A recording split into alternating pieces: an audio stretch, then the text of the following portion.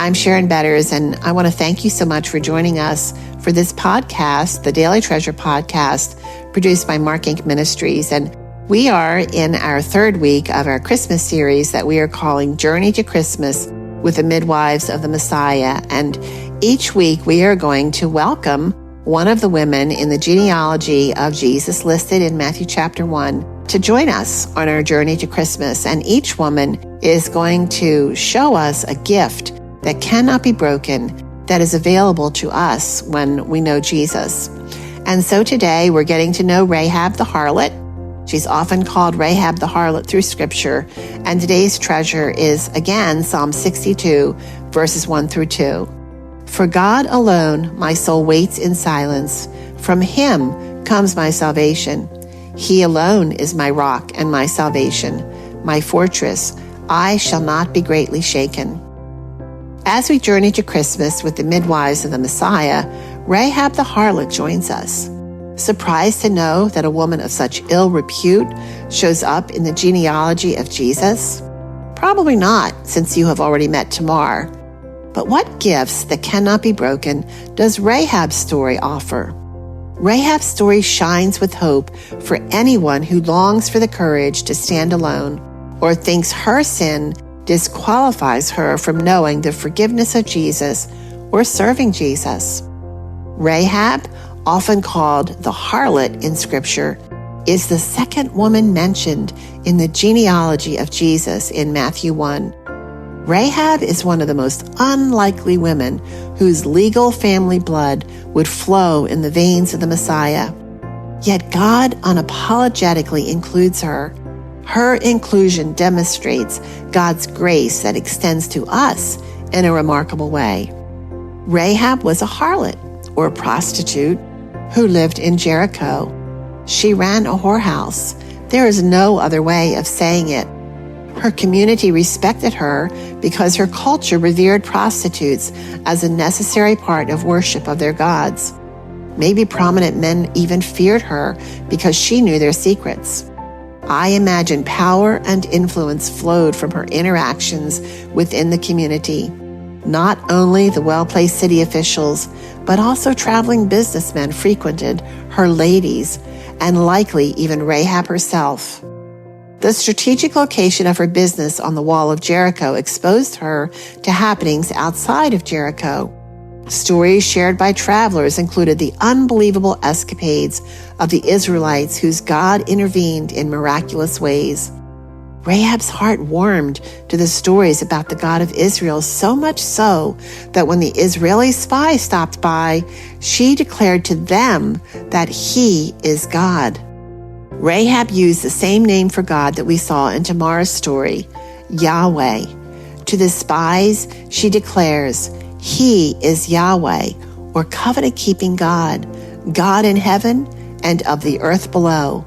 In this brief statement, Rahab proclaims her complete transition from trusting the gods of her culture to trusting the one true God, Yahweh. Read Joshua 1-6 for the whole story. She follows that declaration with dangerous and risky action. I love Rahab. She reminds me not to expect instant holiness from believers, especially those who have just met Jesus.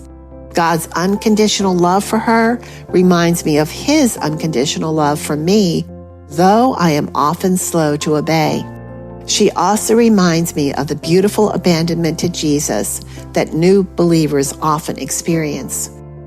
When Chuck and I were working on our book, Treasures of Faith, Living Boldly in View of God's Promises, I tried to get inside Rahab's skin so we could adequately tell her story. What emotions flowed through her soul when she saw the Israelite spies enter her business? Was it shock, fear, confidence, maybe even joy? When did she decide to help them? Immediately? Had she been waiting for this moment? Unbeknownst to Rahab, God was putting together an incredible mosaic just in time to preserve and protect His chosen people. Rahab's response to Him was a critical piece of the strategy. In Rahab, God prepared a safe place for the spies before any of them knew of their need. She believed in God's faithfulness and power. She hid the spies in exchange for her life and the safety of her family. Rahab is one of God's means of keeping his promises to his people. With this one moment, Rahab, respected business owner, powerful and influential secret keeper, and a harlot, adds liar and traitor to her resume. Yet, she is not only included in the genealogy of Jesus, she is also listed with Sarah in the Hall of Faith in Hebrews 11. In addition, James says she's an example of faith that works, as we read in James chapter 2, verse 25. Don't miss the remarkable thread of hope that ties Rahab the harlot to the baby in the manger, our Messiah, Jesus. Rahab marries Salmon, son of Nahshon, head of the tribe of Judah. From Judah's line came kings. Together they give birth to Boaz. Boaz married Ruth, a Gentile. Boaz and Ruth give birth to Obed, the father of Jesse. And Jesse is the father of King David, from whom would flow the legal blood of the Messiah. There are so many life lessons we can learn from Rahab's story, but for today, consider carefully her unwavering faith, a faith that naturally flowed into action, an ability to stand alone even in the face of incredible danger. Is this the gift that you long for this Christmas? Are you facing frightening decisions that are forcing you to stand alone? One of the meanings of Boaz is "in him is strength." Did Rahab and Salmon give their son this name as a reminder that only in the Lord is the strength required to stand alone? That Rahab's act of faith in helping the Israelites was fueled by the strength of the Lord, not her own strength. Review today's treasure and imagine Rahab whispering this prayer of Psalm 62 as she held her baby Boaz, acknowledging that no matter what life threw at her, she would find rest and refuge in her God. This kind of rest comes from choosing trust in God instead of fear. As we travel closer to Christmas, Rahab reaches back to grab your hand and eagerly tell you that the same redeeming love and life transformation that emboldened her to risk everything can be yours too. And oh Father, thank you for including Rahab in the genealogy of your dear son, Jesus.